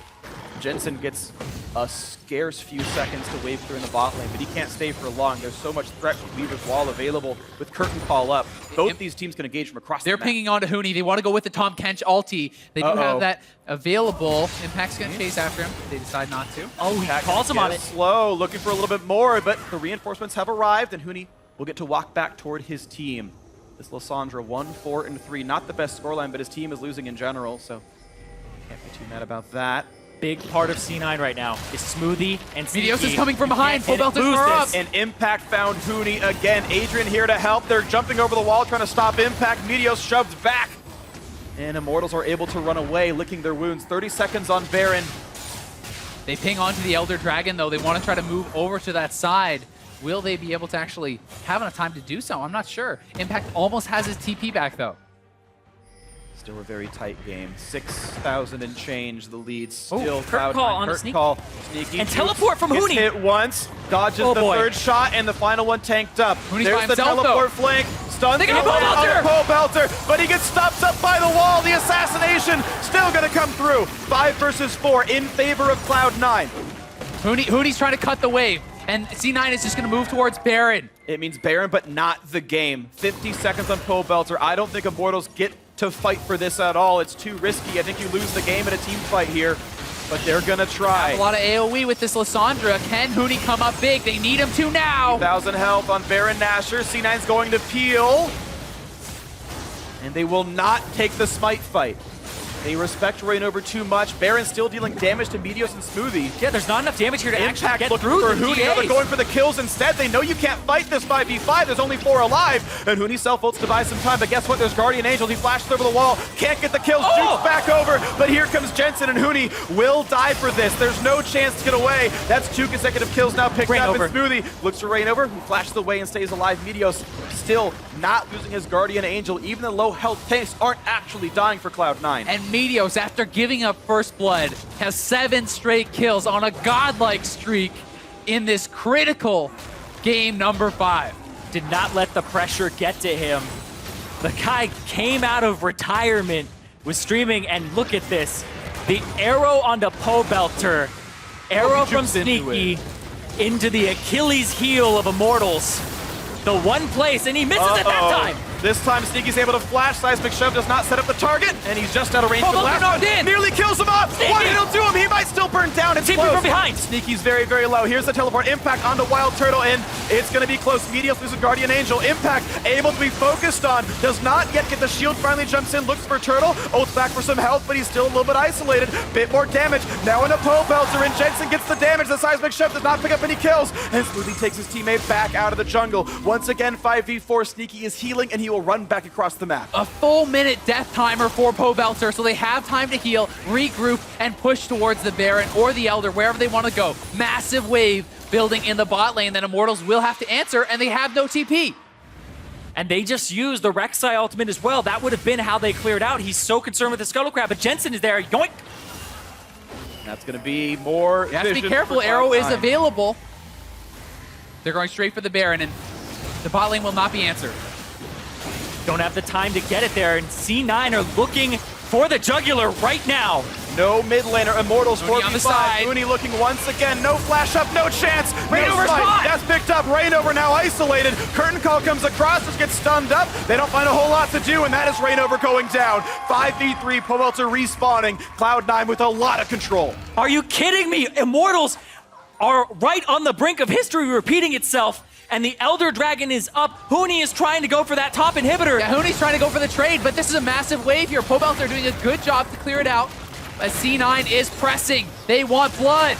Couple hits will do it. That's going to be an inhibitor turret going down. Huni can do what he can to trade the objective, but he's still going to have to defend soon because Cloud9 are 5v3 pushing the base, and that's going to be middle inhibitor opened and shut. It's gone. 25 seconds on Rainover. C9 walks down to the bottom lane. It's going to be 2 inhibitors for 1 here, and they are staying. Look for the game. 20 seconds on Rainover. 5v4. Snipe on a sneaky. Meteos shoved in, but he's tanky enough to be fine. That's another turret down. Onto the final Nexus turret itself. Here comes the engage. They're trying to make it happen. A shotgun on a Huni. Impact staying alive. The Nexus now opened up as Cloud9 look for their 5th final, and they're going as a wonderful team to Canada.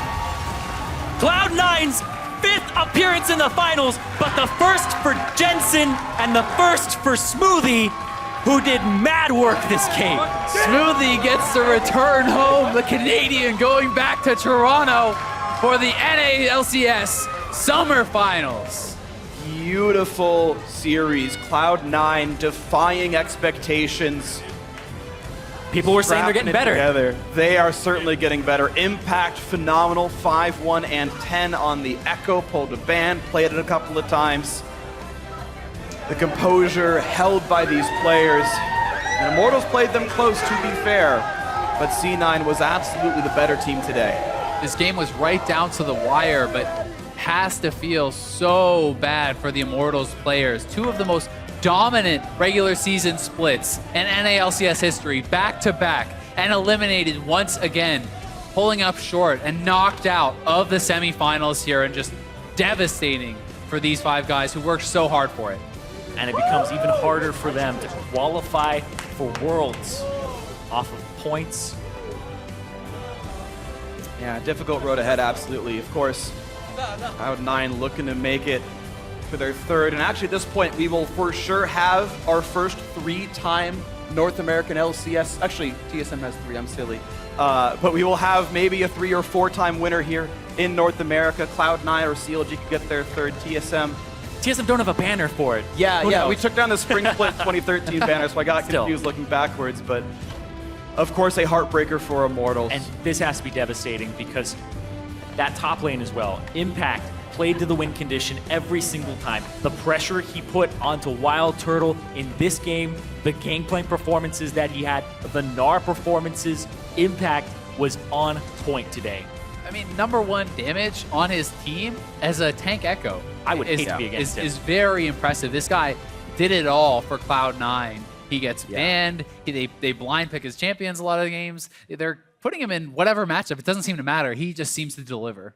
And it's incredible how much Impact has done, because for a while it looked like he was the weak link. He had blamed himself earlier on in the split, saying, I am the reason that we are losing. I am the reason that we're not the best team right now. And he went amazingly well in the quarterfinals against Team Envy, in the semifinal, especially against Immortals, put on an absolutely monster performance. And now Cloud9 in their 5th final, looking for title #3. And it's kind of funny when you go back and think about it, because Impact, sometimes he would die in lane swaps. He'd be left out to dry. And then Dove, people were saying that this patch wasn't really going to favor Cloud9 because Impact seemed like a weak link.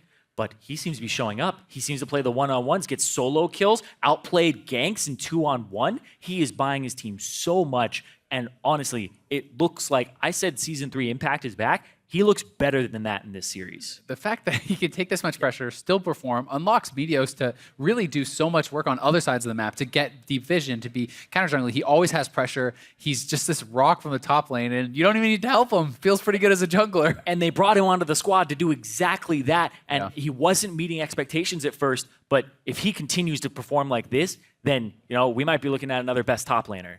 I mean, we're looking at what teams are even going to Worlds, and the thought initially was like, yeah, TSM Immortals look great, and CLG may be on the road up here, but Cloud9 now in that final, looking to be one of those 3 teams after all. What a great showing by them, a beautiful best of 5. Absolutely love that I got to be a part of it, but now we're going to go stage side where Kobe has Cloud9's winning jungler standing by for post-game conversation. That's right, Meteos. I have you here going to the finals now. How does it feel to be headed to Toronto after that intense 5-game series? Well, I think we were going to Toronto either way. Yes. But it feels a lot better to be in the finals. Yeah, it feels great. I have to say, the whole team, but specifically you as well, have had a lot of improvement over this split. What has been like the biggest factor for you personally, coming back and now seeing this success that you're having again? Well, I think that before this split, I had trouble recognizing things that I was doing wrong. I would make mistakes and not necessarily realize I was making them, but this split, I was able to take a step back, come in with sort of a fresh look at the game, and really try to work on the areas that I need to work on. It looked like you put that into practice that last game as well after your first invade failed on Reignover. What was the communication like right after that? Because you immediately went back to the Wraith camp and stole them right the second time. Yeah, I would say the whole series, I wasn't really playing well. I think my team carried me pretty hard. Reignover outperformed me, but in the last game, I was like, okay, this is the one that counts. There's the long pause. It was super hard, but I was like, nah, I don't want to lose. I'm going to win. So then when that invade failed, I was pretty sad. I sort of like face bombed, but then I was like, I really don't want to lose. So just kept trying to stay focused and do my best, and it worked out. Let's try again. One guy, though, that did carry you, as you're talking about your team doing really well, was Impact. He had an amazing game. And there's been about a lot of talk. At the beginning of the split, what was communication like with Impact? And then what is it like now? Because it looks like there's a lot more coordination with him and just a lot of improvement all around.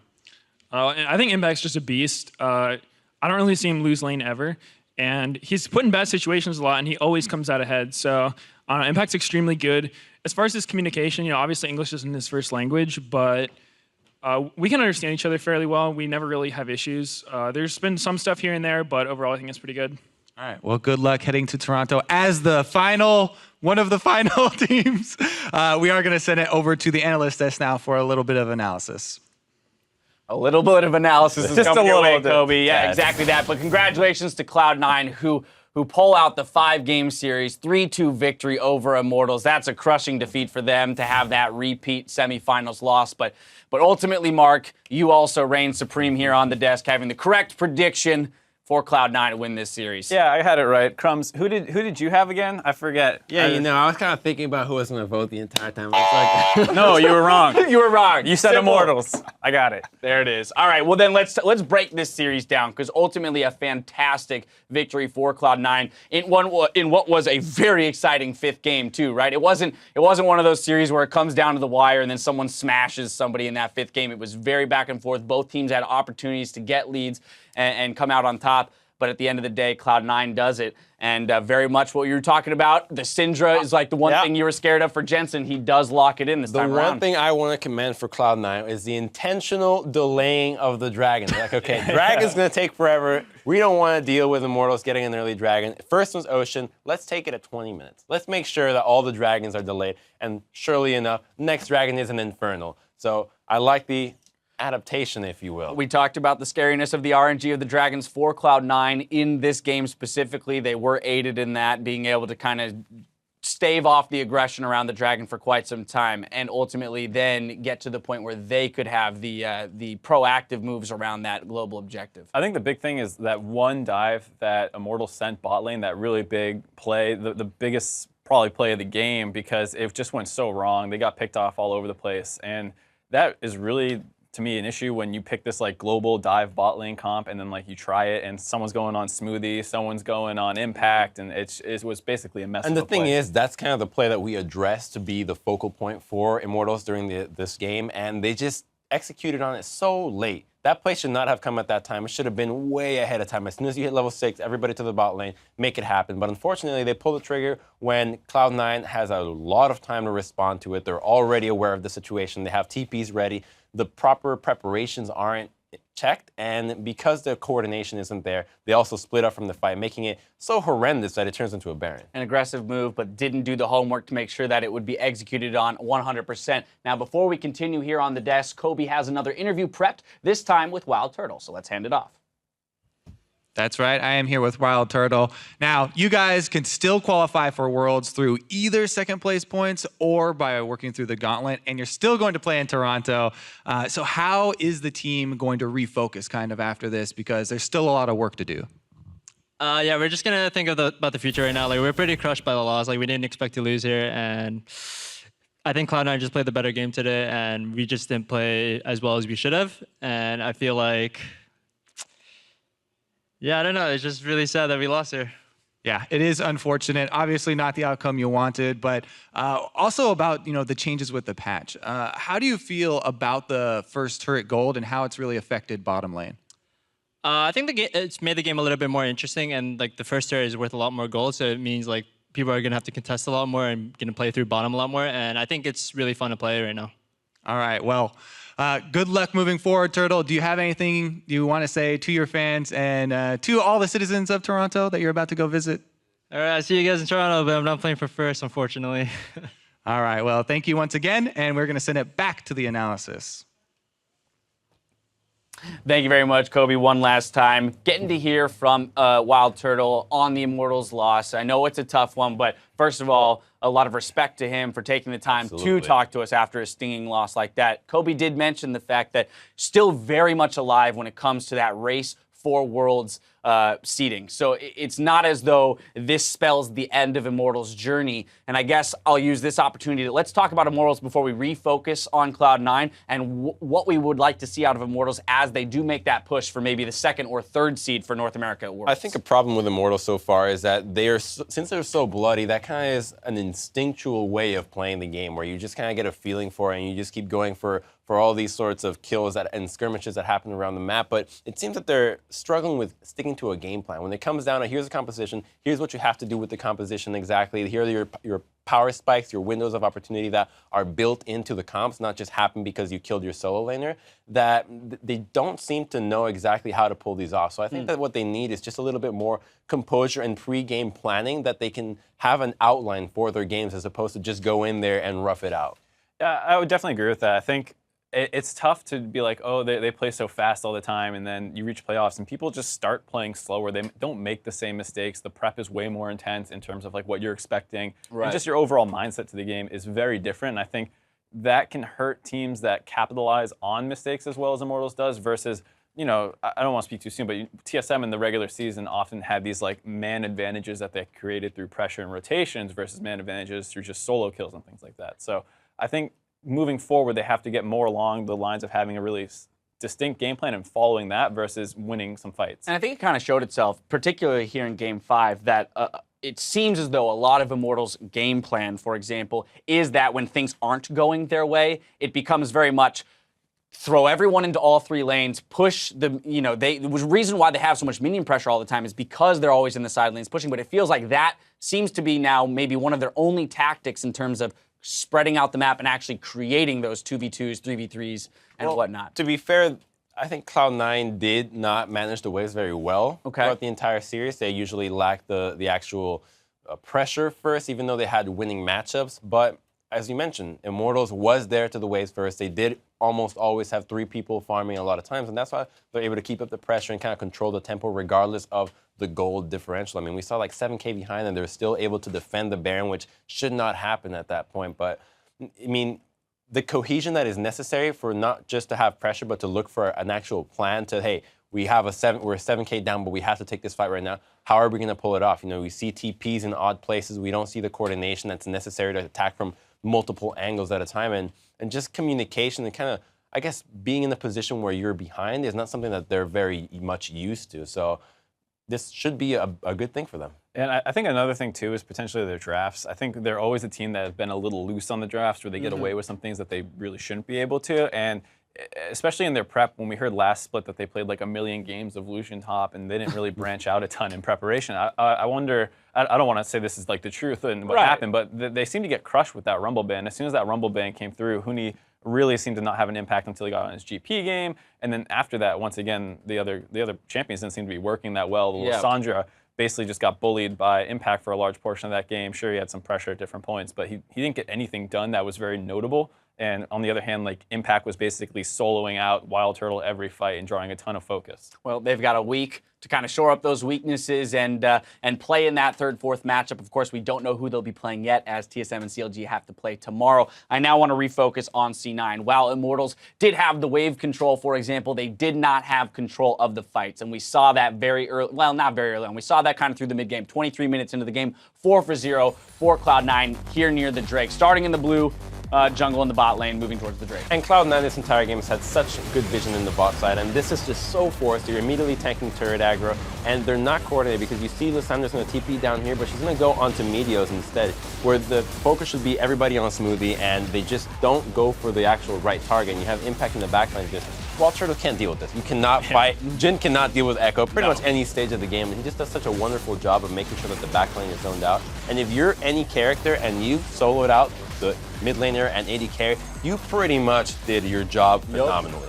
Right, I think this was what we were talking about as like the kind of back-breaking play where it was pretty telegraphed. They were already in movement, C9 to catch it, and then once it started, Immortals was all over the place where they're kind of chasing Smoothie, they're not peeling back for Turtle, he's getting caught off on the side. It was just kind of a disaster of a play. Right, but it is one of those plays that maybe 8, 9 out of 10 times for Immortals will be successful. Most of the time because they're just doing it so quickly and before C9 can, or the opposing team can get into position. Here, though, C9 is prepared for it. As you mentioned, it was telegraphed. Smoothie's in position to keep Sneaky safe. The focus isn't there from Immortals. Ultimately, a one fight for C9. They're going to pick Dragons after that and push their lead forward. See, one of the things I would have liked to see that is a bit of a tougher play to make, and we were talking about it on the desk earlier, is since you have the Rek'Sai and you have the Lysandra, you have such a good way of TPing down to the bot side of the map. You can force something in the top side, make sure that Cloud9 reacts, and immediately use your globals, go bottom, force a play down there, and you have an easy numbers advantage without the chance of actually any counterplay.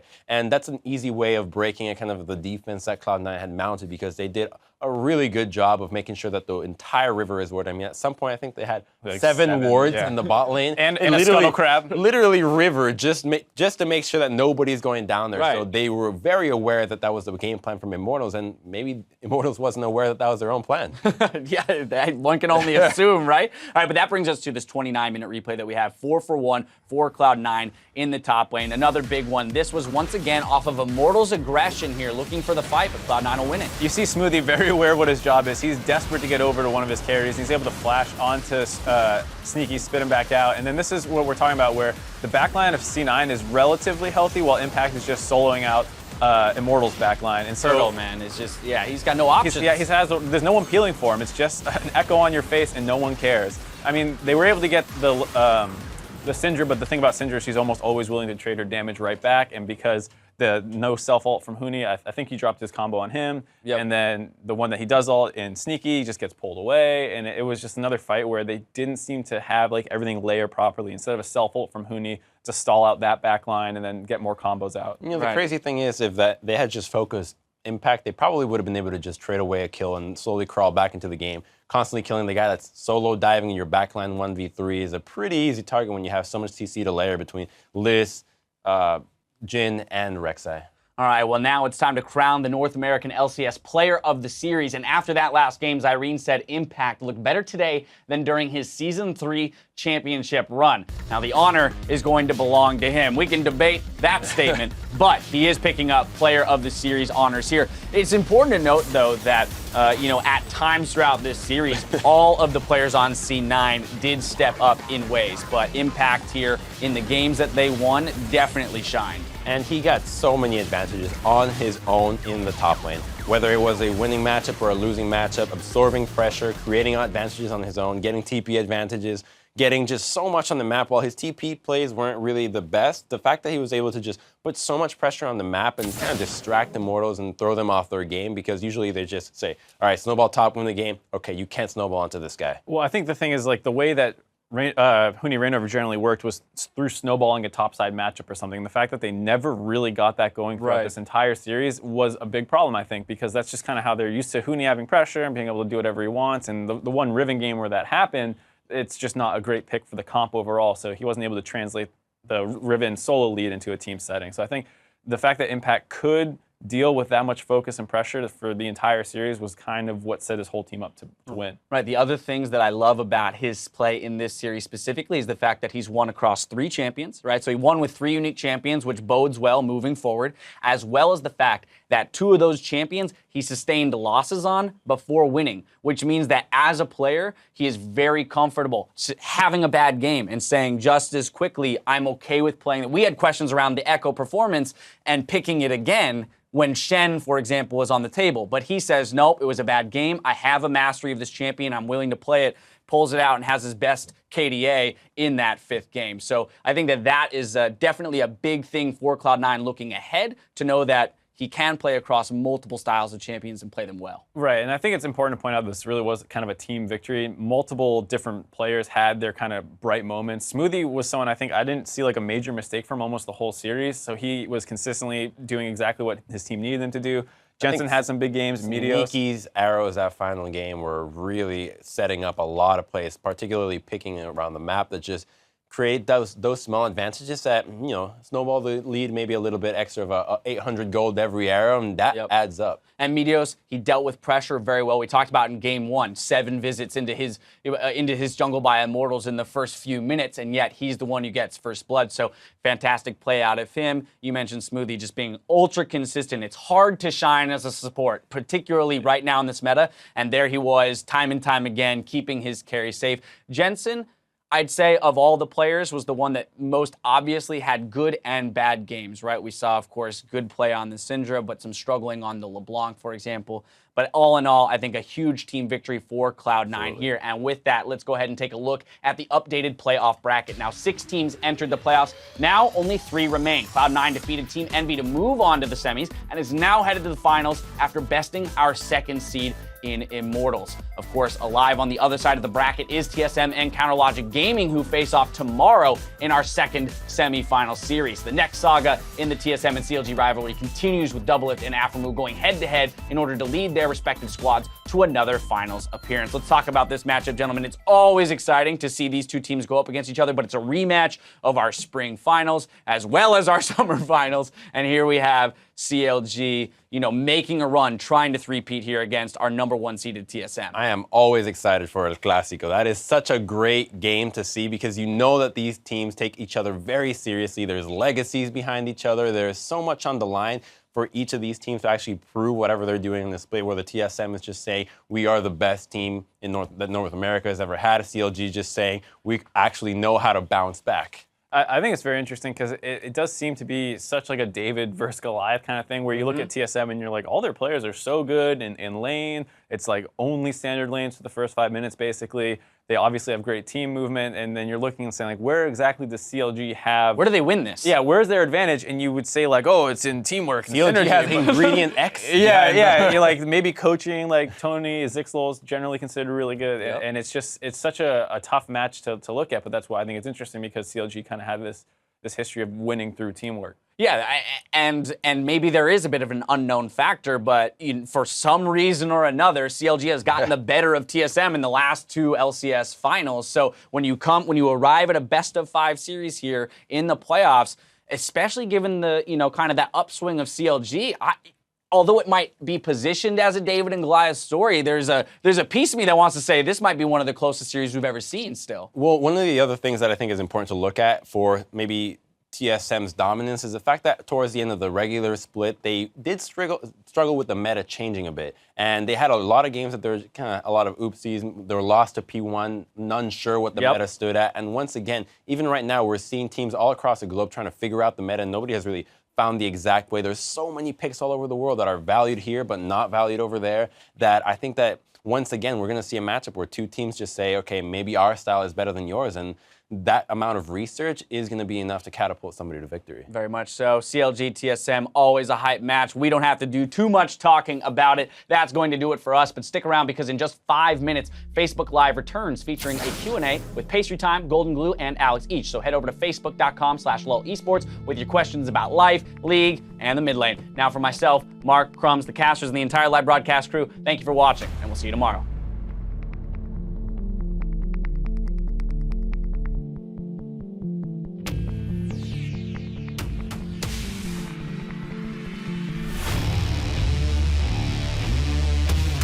I've been waiting all week for the semifinals to start, and finally they're here. The teams are ready to go, the players are ready to watch it, and here we go, game 1 of the semifinals.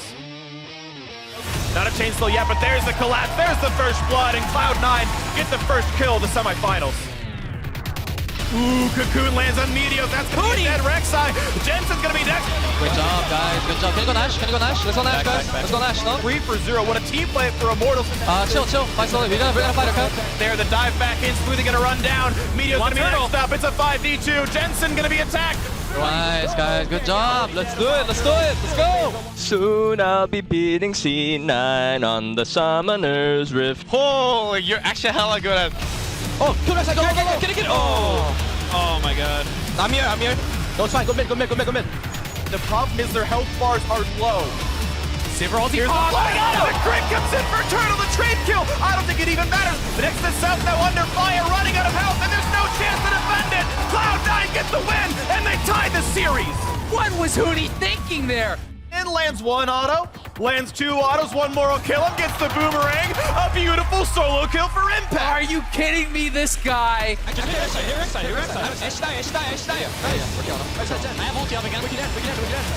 What an incredible performance from C9. I'm hitting Elise. Taliyah's low. You guys win that. Kill Elise. Listen, jump in. I stunned him. We got it. Nice. Good counterplay comes out from Immortals, and this is not going to be a good fight for Cloud9. And Immortals just might get vindication for last split as they look to make their first finals. Taliyah flashed in. Jillo. Nice. Yo, look list. I'm getting. Lasagna. I'm ulting behind. Trundle. Yeah, nice. Impact can't quite kill him. Heals a little bit up. C9 low on health. He's stunned. Nice. Exhausted. Taliyah. Let's play.